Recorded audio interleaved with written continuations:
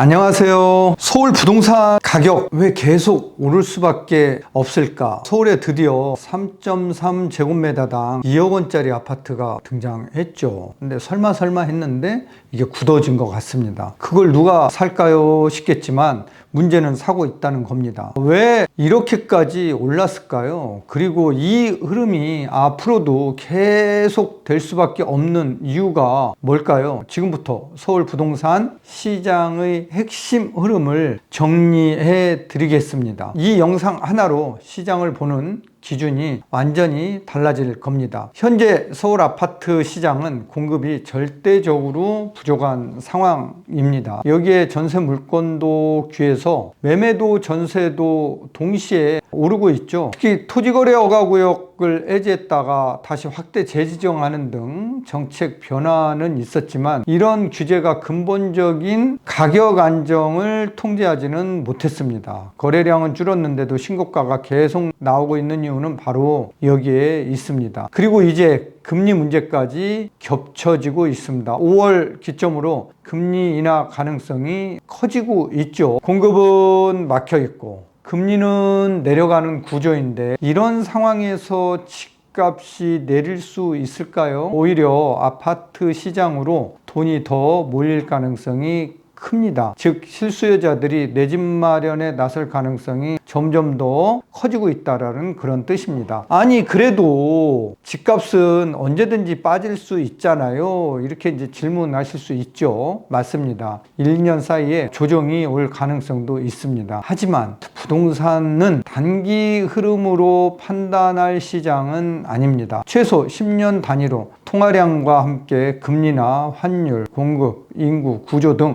여러 가지 지표들을 함께 봐야 하는 게 바로 부동산 시장입니다. 예를 들어 2014년 대비 2024년 기준으로 보면은요, 서울 25개구 아파트 가격은 전 지역에서 모두 상승한 걸로 국토교통부 실거래가 시스템 자료를 인용해 보면은 이렇게 발표되고 있어요. 이게 바로 장기적으로 봐야 한다는 이유입니다. 그렇다면 왜 서울 집값은 구조적으로 계속 오를 가능성이 클까요? 바로 신축 아파트 커뮤니티라는 새로운 주거 문화가 등장했기 때문입니다. 과거 1980년 당시 1인당 GMP가 $5,000 되지 않았던 시대에 입주한 아파트와 최근 36,000불 시대에 지어진 아파트는 새로운 커뮤니티 등장으로 인한 생활 인프라가 완전히 다르다는 얘기입니다. 단순히 구축이냐 아니면 신축이냐 이런 차원이 아닙니다. 그게 바로 신축 아파트에 실수요자가 몰리는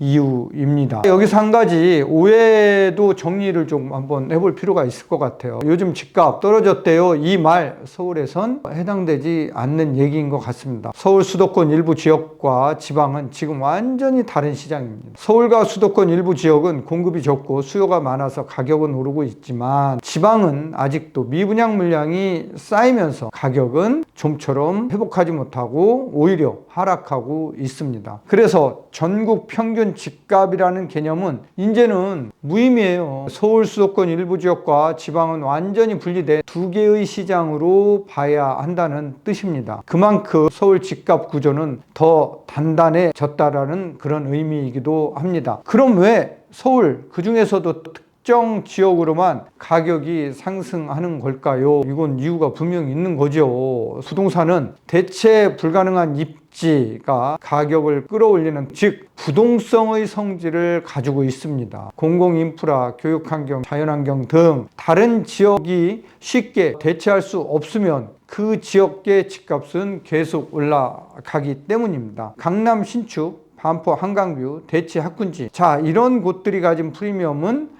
그냥 생긴 게 아니라는 그런 얘기입니다. 앞으로 가격이 잘 떨어지지 않는 이유가 바로 여기에 있는 것입니다. 그렇다고 꼭 강남만 봐야 할까요? 앞으로 10년 서울에서 가장 변화가 클 지역 노려보는 것도 좋을 것 같습니다. 예를 들어서 노원구 같은 지역입니다. 5억 원 안팎 자금으로 매수 가능한 실거주 단지들이 지금 현재 있습니다. 그런데 향후 10년 내에 GTX-C 노선, 동북선, 동부간선도로 개통과 함께 서울 서울대 병원 분원이 도봉 면허 시험장에 들어서고 바이오 클러스터까지 개발 예정에 돼 있는데 이게 예정대로 계획대로만 진행이 된다라고 하면은 노원구는 서울에서 가장 10년 이내에 인프라가 크게 증가하는 지역이 될 수 있습니다. 지금은 저평가되어 있지만 장기적인 시야로 본다면 내 집 마련에 굉장히 유리한 지역으로 봐야 하겠죠. 이제 중요한 질문은 이겁니다. 지금 전세로 살며 기다릴 것이냐, 아니면 감당 가능한 선에서 내 집 마련을 시작할 것이냐, 이런 두 가지 질문이겠죠. 전세로 계속 산다는 건 비싼 주거비용을 계속 내는 것이고, 내 집 마련은